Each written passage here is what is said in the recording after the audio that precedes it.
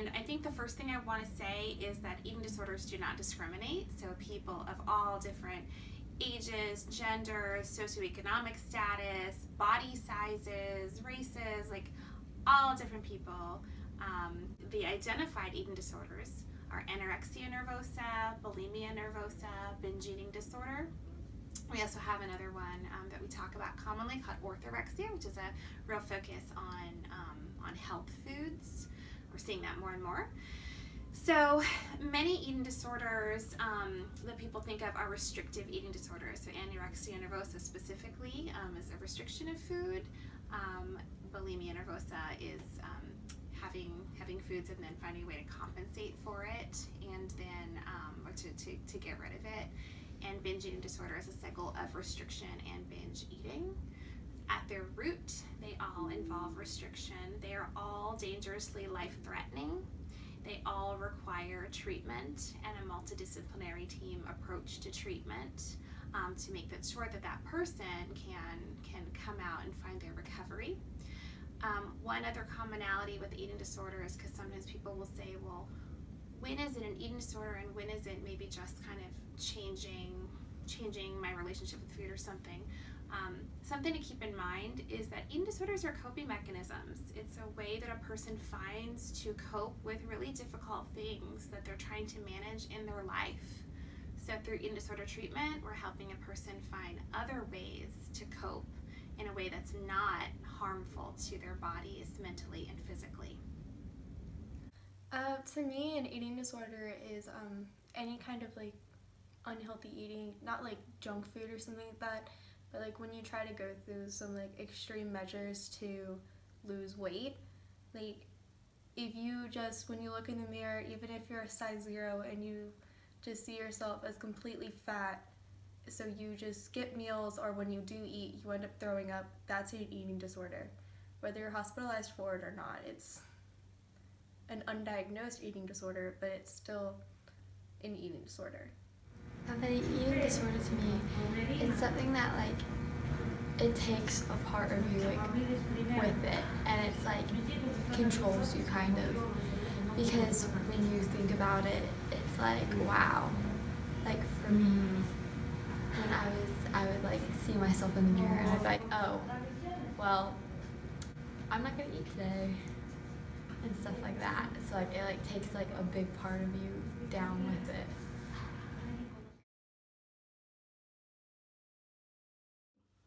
For me personally, between the summer of 6th and 7th grade, I went from a size 9 to a size 1. I didn't eat. When I did, I threw up everything that I ate. I'd count calories, and if I had to be under 500 calories a day, otherwise I would make myself throw up, even though I'd already made myself throw up everything else I'd eaten.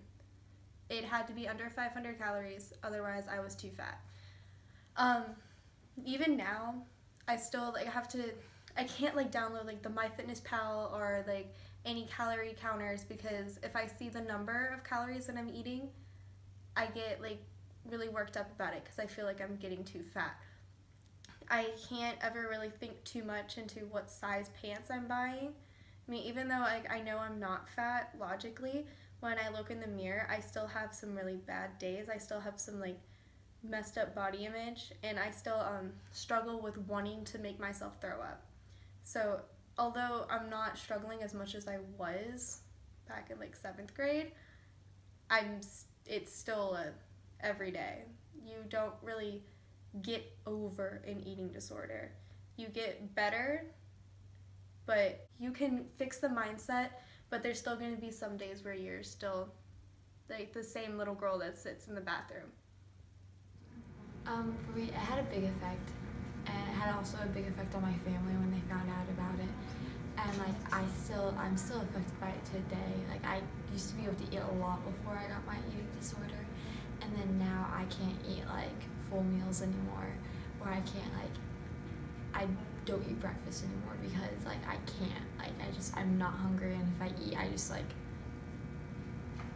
feel sick.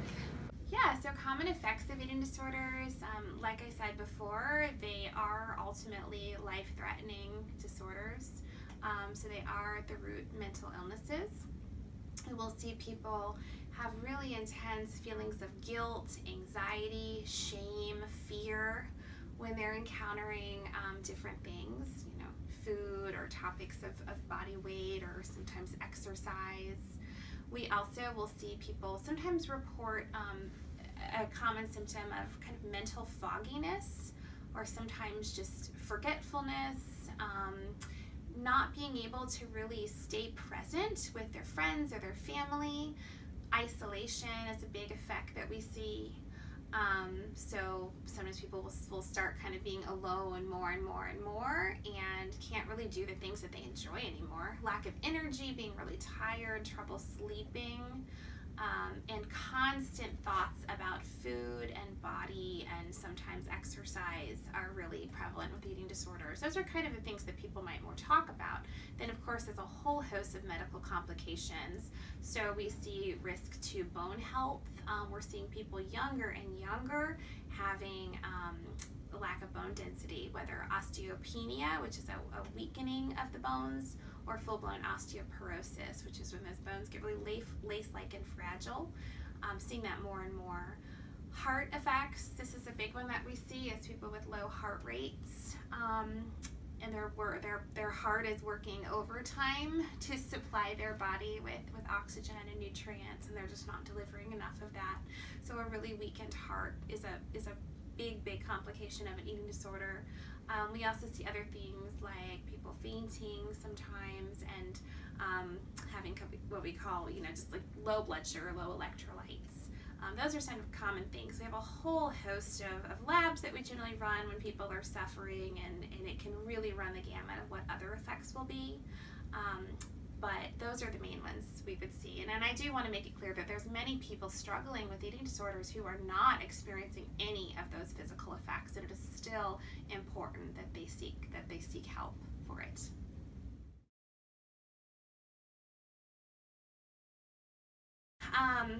Kind of manifest in secrecy.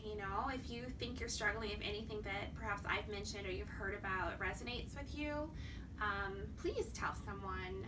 If there's someone in your life that you trust, maybe a friend or a parent, or a teacher, counselor, letting someone know so that you can start seeking the proper avenues of treatment is very, very important.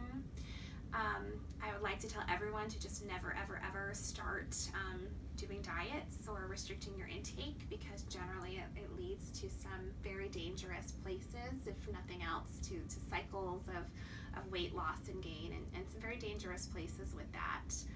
Not at all to say that eating disorders always start that way, but many of them do. So, and think of the things that you really value in life and things that you love, and try to keep those in focus. And when times get tough, finding someone to reach out to instead of pushing people away. Think of those values that you really enjoy that you can go to. I would also encourage anyone who thinks that they themselves or someone that they know might be suffering. There's a great organization called the Alliance for Eating Disorders. Just that simply, you can Google that, and they have wonderful resources in helping people get assessments or help other people or find treatment providers in their area. So I would tell anyone to really cue into that and take advantage of resources, even if it's just getting assessed to say, hey, is what I'm experiencing something where I could use some help with this. Yeah, well, I kind of want to just say for anybody who is struggling, it doesn't make you weak to be struggling with your body image, but if you want to lose weight, do it in a healthy way, because by making yourself throw up or skipping meals, you're never going to feel good about your body. If you start eating healthy and going to the gym, not excessively working out, but working out in a healthy way, then you're gonna feel so much better about your body, because everybody struggles with body image at some point. Not everybody constantly loves their body their whole life. So, but go about fixing your self-image in a healthy way. Otherwise, it's going to mess you up for your whole life because you're going to be constantly struggling with trying to get the body image back that you think you want. Advice I would have to how to like help prevent this and everything is like spread awareness over it and don't make it seem like it's such a bad thing. Make sure like people know it's okay and that it's gonna get better, and it might not be better now, but it will be in the long run.